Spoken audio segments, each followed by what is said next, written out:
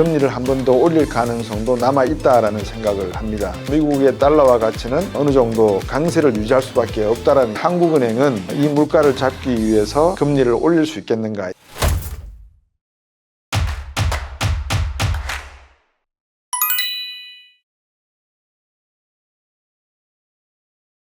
이제 많은 분들이 미국 금리가 어느 정도 오를 만큼 올랐다라고 생각을 하시고, 앞으로 더 오를 것인가, 물론 더 오를 수도 있다라는 이야기도 나오고 있습니다. 올해 한 2번 정도 이야기했으니까.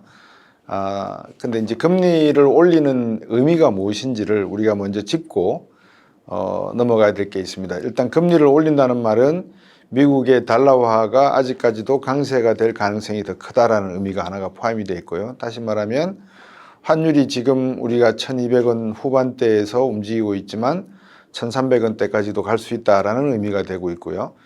두 번째, 금리가 높다라는 말은 아직도 노동시장이 괜찮아서 소비의 여력이 여러 가지 부분이 긍정적으로 작용하기 때문에 인플레이션의 압력을 더 가할 수가 있다라는 의미가 된다는 거죠.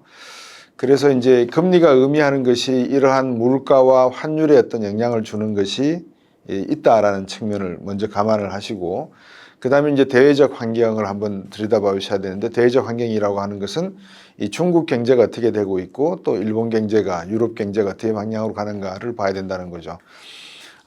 그런 측면에서 보면 이번에 미국 연준이 금리를 0.25%포인트 올린 거는 시장에서 다 예견을 했던 것이고, 문제는 5.5%인 금리가 올해 안에 5.75까지 갈 것인가 아닐 것인가의 문제인데, 제 생각에는 아마 파월 의장이 당일날 저도 기자회견하는 걸 새벽 3시쯤에 봤습니다마는 오를 수도 있고 안 오를 수도 있다라고 표현을 했고요. 그 의미는 아마 향후에 나오는 물가 지표를 봐야 되겠다라는 내용이 들어있을 겁니다. 그 다음에 8월 달에 여러분들 다 아시는 미 연준, 지방연준에서 12개 은행에서 이 와이오밍에 모여서 정례 회의가 있는데, 여기서 아마 각 지역 연준은행 총재들이 어떤 발언을 할지도 아마 좀 유의 깊게 보셔야 될 것 같아요. 미국 경제가 풀린다고 해도 전체적으로 풀린다는 의미는 아닐 것이고, 우리도 만약에 서울에서 경제가 풀리면 지방으로 내려가는 데가 속도가 걸리듯이 미국도 전반적인 경제가 풀린다라고 하는 지표상으로 나온다 하더라도 아마 체감하는 데까지는 어느 정도 시간이 걸릴 수 있다라는 측면이 있죠. 그런 측면에서 놓고 보면 오히려 금리를 떨어뜨릴 가능성도 없지 않아 있는 거죠. 이제 그런 측면을 제가 다 하나씩 시나리오별로 정리해서 말씀을 드릴게요. 첫 번째, 만약에 미 연준이 금리를 5.5%에서 멈출 것인가? 저는 9월 달에는 올리지는 않겠지만 11월 1일 날이나 11월 달에 열리는 공개시장 회의에서는 금리를 한 번 더 올릴 가능성도 남아있다라는 생각을 합니다. 개인적으로. 왜 그러냐면 이 미국의 전반적인 경기 침체 현상이 많은, 저를 포함해서 많은 분들이, 전문가들이 미국 경제가 둔화될 가능성이 있다라는 이야기를 했는데, 사실상 지금까지 그런 우려에도 불구하고 경제 지표상으로 나오는 건 괜찮은 지표들이 나오고 있거든요. 소비자 물가도 3%대로 떨어질 기미를 보이고 있고, 실업률도 우리가 미국 연준이 금리를 올릴 초기에 3.6%에서 지금까지 계속 3%대를 유지하고 있거든요. 그러니까 노동시장이 강건하고 튼튼하고 소비자 물가는 떨어지고 있는데, 이제 떨어지는 속도라 그럴까요? 이 높낮이가 옛날만큼 11%에서 7%로, 7%에서 4%로 뚝뚝 떨어지는 게 아니라 이제는 0.5%, 0.3% 정도 이렇게 떨어질 가능성이 있기 때문에 소비자 물가가 급격히 하강하지는 않을 것이다. 이제 그런 측면에서 놓고 보면 소비가 얼마나 살아날 것인가가 이제 하나의 관건이겠죠. 소비가 많이 늘어난다 그러면 결국은 물가 상승이 있을 수밖에 없는데, 미국도 역시 물가 상승 요인이 존재를 합니다. 예를 들면 휴가철이 되어서 5월 달부터는 미국은 전통적인 휴가철이거든요. 학교는 방학을 하고, 그래서 5월부터 이 8월 말 사이에 과연 얼마나 많은 소비 지출이 일어나느냐, 또 서비스업에 있어서의 물가가 상승하느냐가 중요한 바로미터가 될 것이고요. 또 하나는 이번에 기후변화로 인해 가지고 많은 지역에서 이 곡물에 대한 타격을 많이 받았습니다. 곡물가에 대해서. 그래서 이 곡물가 상승이 이 전체적인 헤드라인 소비자 물가에 어느 정도 영향을 줄 것인가도 지켜봐야 되고, 또 통계적으로 놓고 보니까 사실상 지금 소비자들이 소비를 하고 있는데 이 내구재 소비, 그러니까 자동차라든지 냉장고라든지 이렇게 오래 쓰는 물품에 대한 소비는 그렇게 늘어나고 있지 않는 모습을 보이고 있어요. 이제 그런 측면은 아직까지 소비가 완전히 회복되지 않았다라는 것을 반증하는 거거든요. 그만큼 뭐 서플라이 체인이라든지 밸류 체인에서 아직까지 풀리지 않은 부분이 존재한다는 것은 분명한 것 같아요. 그래서 미국 안에서도 사실상 S&P에서 예측하는 것은 미국 경기의 둔화 가능성이 완전히 해소되지는 않았다라는 이야기들을 계속하고 있고요. 하지만 재무부라든지 미 연준에서는 경기가 다시 반등하고 있는 모습을 보이기 때문에 이 반등하는 모습을 조금 더 속도 조절하기 위해서는 금리를 인상시켜서 물가를 잡아야 된다라는 의견이 좀 반반 남아 있는 것 같아요. 근데 말씀드렸습니다만 저는 미 연준이 안전하게 간다 그러면 아마 11월 달에 한 번 더 물가를 올릴 것이다. 그 다음에 내년도가 되면은 3월부터는 금리를 떨어뜨릴 걱정을 할 건데 이 금리를 떨어뜨리는 것을 너무 상반기에 집중하다, 상반기부터 시작하다 보면 자칫 시장에 오류를 잘못된 신호를 보낼 수 있다라는 생각이 들어요. 그래서 아마 연준은 피보팅, 금리를 올렸다가 떨어뜨리는 그 시점을 내년 하반기부터 잡지 않을까 이제 그런 생각이 들거든요. 자, 그러면 미 연준이 내년 상반기까지는 어쨌든 간에 금리를 현 수준에서 유지하거나 또는 0.25%포인트 올릴 가능성이 있다라고 전제를 할 수가 있죠. 시나리오가 두 개가 나오는 거죠. 5.5%로 가거나 5.75%가 되거나 그 둘 중에 하나가 되겠죠. 그러면 계속해서 미국의 달러화 가치는 어느 정도 강세를 유지할 수밖에 없다라는 입장이 나오죠. 금리가 높다는 것은 그만큼 미국의 달러의 가치가 높다는 거니까 미국 달러화 강세인데 최근에 미국 달러화 대 엔화 또 미국 달러화 대 위안화, 미국 달러화 대 원화 이런 변화를 놓고 보면 우리나라의 원화의 가치보다도 일본 엔화의 가치가 아주 상당히 급락하는 그런 모습을 보이고 있어요.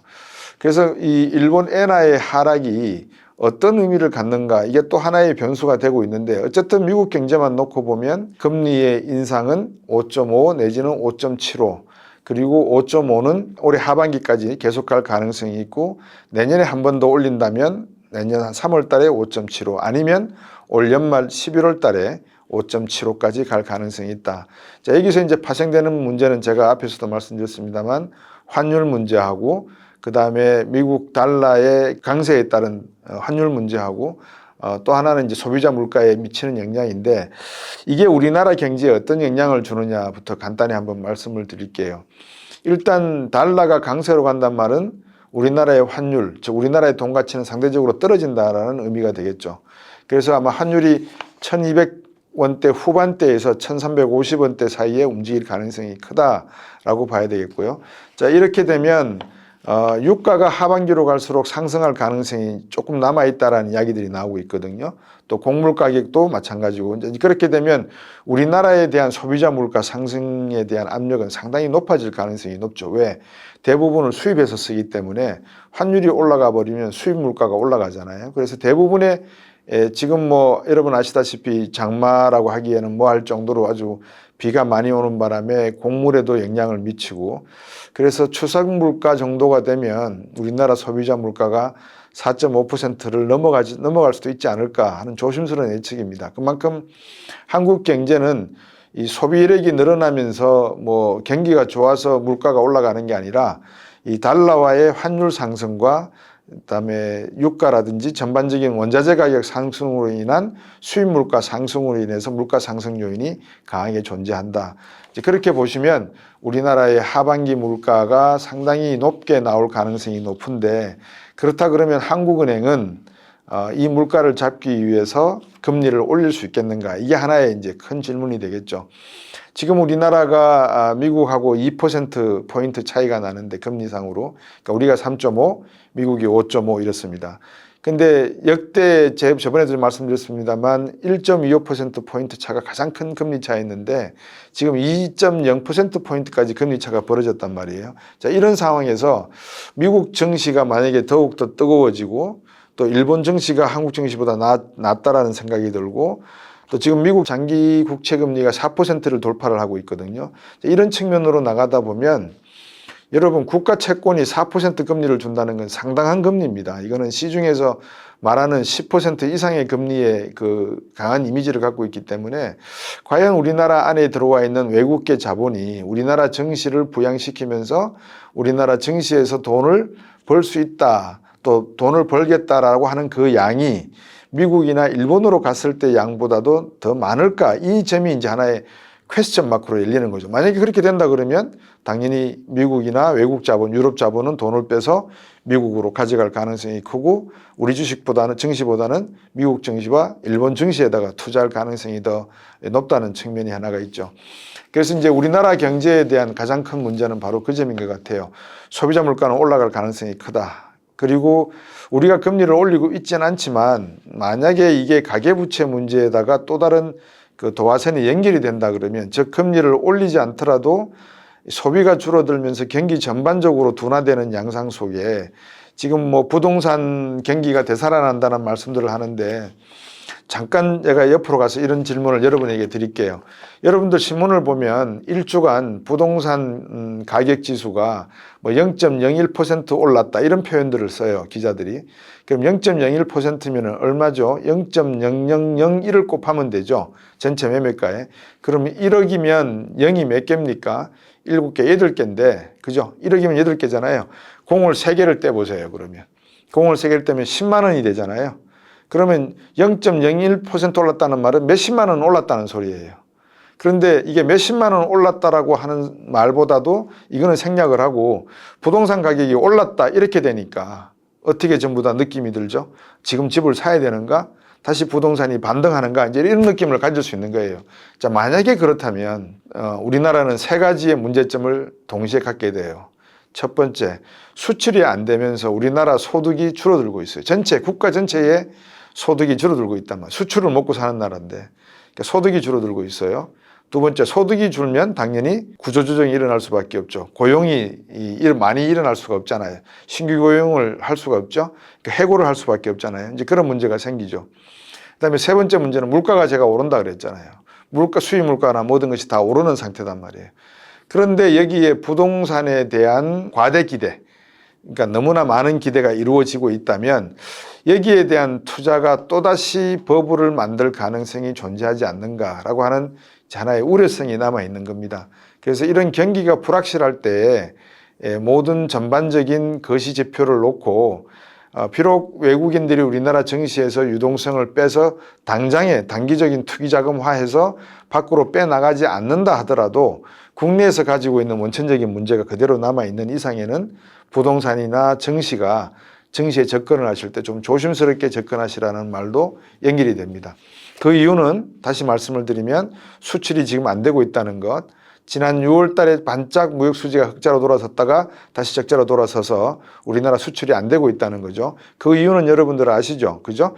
몇 번 말씀드렸습니다만 우리나라 수출의 20%가 넘는 비중이 중국에게 치중되어 있는데 지금 중국에 들어가는 반도체 수출이 전체 수출의 40%를 넘고 있거든요. 근데 지금 이게 제재 조치로 인해 가지고 40% 수출이 다 안 되고 있어요. 그러니까 반도체 수출이 주는 바당에 전반적인 중국의 중간재 수출도 같이 줄고 있고 그래서 우리나라의 대수출이 감소하고 있다는 측면, 그런 측면에서 우리나라의 어떤 소득이 증가하지 않고 하강하고 있다라는 생각이 들고요. 두 번째는 금리를 올리지 못한다는 측면이 소비자 물가를 상당히 올릴 수밖에 없다는 거죠. 만약에 금리를 올린다 하더라도 효과는 비슷할 거예요. 왜냐하면 금리를 올리면 두 가지 효과가 있겠죠. 소비를 못하게 하겠죠. 그러니까 물가를 잡는다는 거 아니겠어요? 근데 요거 하나 때문에 금리를 못 올려요. 뭐죠? 가계부채가 심각하잖아요. 2,000조 정도 된다는데 1,900조. 그러면 가계부채가 존재하는데 금리를 또 올린다고 하면 가계부채에 연동되어 있는 수많은 자산들, 부동산이든 동산 자산이든 자산들의 영향을 받을 수밖에 없다. 자, 이제 그런 측면에서 놓고 보면 우리나라는 환율, 부동산, 가계부채, 수출 문제가 미 연준의 금리 인상 문제와 맞물려 가지고 이러지도 못하고 저러지도 못하는 상황으로 가고 있다. 이제 이런 측면입니다. 그런 측면에서 미국이 한국과 함께 한미일 정상회담을 갖고 여러 가지 어떤 안보적인 내용은 상당히 합의를 이루어가고 있는지 모르겠는데 경제적인 의미에서의 한미일 간의 공조 체제는 논의가 되지 않고 있다는 점이 하나의 이렇게 빈 구석이라고 할까요? 오히려 지금쯤이면 한미일 간의 경제적인 비상대책이 어떤 식으로 이루어질 수 있다라고 하는 내용이 어느 정도는 언급이 되면 경제는 상당히 좀 안도를 하지 않겠어요? 그러니까 일본과 통화 수합을 300억 엔 했다, 3천억 엔 했다, 이런 내용들이 중요하듯이 앞으로 미국과 일본과 한국 경제에 어떤 위기가 발생이 되면 우리가 어떤 조치를 하겠다고 하는 내용들이 좀 나왔으면 하는 바람이 있습니다. 이제 그런 측면에서 미국 연준의 금리 인상을 들여다봐야 되겠고요. 추가적으로 몇 가지만 더 말씀을 드리면, 첫 번째, 미국 경기가 침체될 거냐 아니면은 침체를 벗어나서 이제 상승기로 가느냐. 조심스러운 분들은 첫 번째 전자를 이야기합니다. 아직까지도 미국 경제는 침체의 터널을 돌파하지 않았다. 그 다음에 낙관적인 분들, 예를 들어서 골드만삭스라든지 심지어 모건 스탠리마저도 비관적으로 전망을 했다가 내가 틀렸다, 경제가 상당히 낙관적인 방향으로 갈 거다라고 최근에 이야기를 하고 있습니다. 미국 경제가. 그래서 미국 경제가 낙관적으로 간다라고 보는 견해가 많아지긴 했지만 다소 부족한 부분이 아직도 남아있다. 그럼 부족한 부분이 어디냐? 첫 번째, 상업부동산 문제가 아직도 남아있고, 미국 가계부채 문제가 여전히 남아있고, 미국도 가계부채 문제가 남아있습니다. 그 다음에 세 번째, 미국의 은행들, 팩웨스트가 얼마 전에 머지를 인수합병을 했거든요. 지방은행하고. 그러니까 우리가 새마을금고 같은 은행 문제로, 유동성 문제로 딱국질을 한번 했듯이 미국도 일찍 했죠. 그죠? 실리콘밸리 은행으로 인해 가지고 딱국질을 했는데 이 딱국질 문제가 아직도 여전히 남아있다. 덮어져 있다. 그래서 큰 은행들에 대한 스트레스 테스트를 많이 했는데 중소은행들에 대한 스트레스 테스트 결과에 대한 내용은 발표가 안 되고 있는 걸로 제가 알고 있거든요. 그 말은 뭐냐? 중소은행에 문제가 발생이 되면 큰 은행들이 중소은행을 매입하는 방향으로 가려는 대책을 세워놨지는 않겠느냐. 이 정도까지는 제가 추측을 했습니다. 그래서 미국 경제도 아직까지 이 금리를 인상시키는 그 속도가 조금 느려질 따름이지 계속해서 올린다는 것은 완전한 어떤 경기의 회복세로 돌아섰다라고 하기는 불가능하다. 두 번째, 요즘 1999년, 2000년 사이에 우리가 IT 버블을 만들었잖아요. 21세기가 되면 컴퓨터가 이자를 디지털로 못 읽으니까 난리가 난다, 이런 이야기를 했었는데 요즘 AI 버블 이야기를 많이 해요. 그러니까 하나의 실체도 없는 상태에서 우리가 AI라고 하는 것에 대한 상품성, 여기에 대한 홍보나 산업적인 활동이 많아지다 보니까 AI가 마치 모든 세상을 곧 바꿀 것처럼 해서 여기에 대한 투자가 급증하고 있다. 또 증시에서도 AI 관련주들이 많이 올라가고 있다라고 하는 것은 어떻게 보면 하나의 버블을 만들고 있다라고 하는 느낌이 있다는 거죠. 그래서 이런 부분에 대한 경고 발언들이 미국 쪽에서 좀 나오고 있어요. 그래서 지금과 같이 이런 불확실한 시대에서는 제가 말씀드린 바는 조금 우리가 리스크를 해칭하는 방향으로 가는 것이 옳은 것 같다. 그러니까 미 연준도 금리를 한 번 정도는 더 올릴 가능성이 있다. 그게 11월 달이냐 내년 3월 달이냐의 문제인 것 같다. 두 번째, 미 연준이 금리를 올린다는 것은 물가가 아직까지 이 3%에서 2%로 잡히기까지는 시간이 걸린다는 의미고, 이 물가를 잡겠다고 하는 것을 타협하지 않으면, 즉 우리가 말하는 헤드라인 물가, 소비자 일반적으로 말하는 소비자 물가, 그 다음에 근원 소비자 물가, 코어 CPI가 있거든요. 그래서 일부에서는 미 연준 보고 자꾸 어렵게 헤드라인, 일반적인 소비자 물가 2% 잡으려고 하지 말고 근원 소비자 물가를 3% 나오면 그걸 갖고 가는 것이 어떻겠느냐라고 하는 하나의 얼터너티브, 대안을 제시하기도 해요. 근데 미 연준은 파월 의장이 분명히 밝혔습니다만 일반 물가, 소비자 물가, 헤드라인 물가를 2%로 잡을 때까지는 면밀하게 지켜보겠다라는 입장을 고수하고 있다는 점. 그래서 올해 연말에 한 번 더, 아니면 내년 연초에 한 번 더 올리고, 아마 금리를 인하하기 시작하는 것은 내년 하반기부터일 것이다. 여기에는 비경제적 요인, 즉 미국 대선을 앞두고 미국 내에서도 여러 가지 경기에 대한 반등이 불가피한 측면이 바이든 정부에도 있지 않나 싶습니다. 그래서 러시아 우크라이나 전쟁도 올 연말까지 휴전으로 가져가려고 하는 그 모습들을 저는 이렇게 엿보거든요. 예를 들면 나토 회의를 이번에 했는데 나토 회의에서 우크라이나를 나토 회원국으로 받아들이지 않았단 말입니다. 즉 그거는 뭐냐면 러시아에게 화해의 제스처를 한 거라고 저는 보여져요. 원래는 EU 회원국으로도 가입시키고 나토 회원국으로도 가입시키려고 했는데 일단 우크라이나를 나토 회원국으로 가입시키지 않겠다고 결정한 것은 러시아로 하여금 휴전이든 아니면 종전이든 둘 중에 하나의 전쟁을 끝내는 방향으로 미국이 방향을 잡았지 않나 하는 생각이 들고요. 이제 그런 요인들이 묻혀서 미국의 경제적 상황은 아마 조금 더 아직까지는 지켜봐야 되는 상황이다. 그래서 미국 금리를 올린다는 것도 파월 의장 입장에서는 뚜렷하게 말할 수 있는 게 부족하다. 그렇게 정리하면 되겠습니다. 결론적으로 요약을 딱 해드리면 중원 부원이 되기도 합니다만 미 연준은 올 연말에 한 번, 내년 초에 한 번 더 금리를 올릴 가능성이 있다. 금리를 내린다면 내년 하반기 9월 달부터 아마 금리를 하락할 가능성이 있다는 점. 두 번째, 금리를 올린다는 말, 즉 미국 금리와 한국 금리 차이가 2%포인트 차이가 난다는 말은 미국의 달러화가 우리나라 원화보다 더욱더 강세를 유지할 가능성이 크다는 측면이고, 이 강세를 유지한다는 측면은 우리나라 수출이 그만큼 어려워질 가능성이 있다라는 것을 반증하기도 한다라는 것을 여러분께서 대비해서 보셔야 될 것 같고요. 세 번째 측면, 우리나라 환율에 대한 영향은 말씀드렸으니까 우리나라가 과연 미 연준의 금리 인상을 따라서 올릴 수 있는가라는 질문에 대해서는 올리지 못할 것이다 라는 게 아마 전반적인 견해일 겁니다. 왜? 내년 총선을 앞두고 정치적인 요인으로 아마 그럴 가능성이 높지 않나 저는 그렇게 봅니다. 덧붙여서 부동산에 대한 일반 언론에서 이야기하는 주당 0.01% 상승했다라고 하는 이런 자칫 잘못하면 몇십만 원, 몇백만 원 집값이 수십억 하는데 한 주에 100만 원, 50만 원 오른 걸 가지고 그 100만 원, 50만 원 올랐다는 걸 빼고 그냥 0.01%포인트 올랐다 이런 표현으로 해서 마치 부동산 경기가 되살아나는 것처럼 표현하는 것은 자칫 그 스왑프라고 아시죠? 물 웅덩이에 퉁 빠지면은 밖으로 벗어나오기 힘들잖아요. 발버둥 치면 칠수록 더욱더 빠져들어가잖아요. 그죠? 그래서 조금 더 이 부동산 시장에 대해서는 경계감을 가지고 보시는 게 저는 어떨까 하는 생각입니다. 물론 현재 부동산 시장에서 용산이나 몇 군데에서는 벌써 수백 대 1의 경쟁률을 보이면서 아파트 청약이 들어간 부분도 있습니다. 근데 이것이 대한민국 부동산 시장이 과연 안정권에 들어갔기 때문에 다시 이제 상승하는 기류를 탔다라고 말하기에는 턱없이 부족한 측면이 있다는 것을 제가 미 연준의 금리 인상의 격차 때문에 2%포인트라고 하는 그 격차 때문에 드리는 말씀입니다.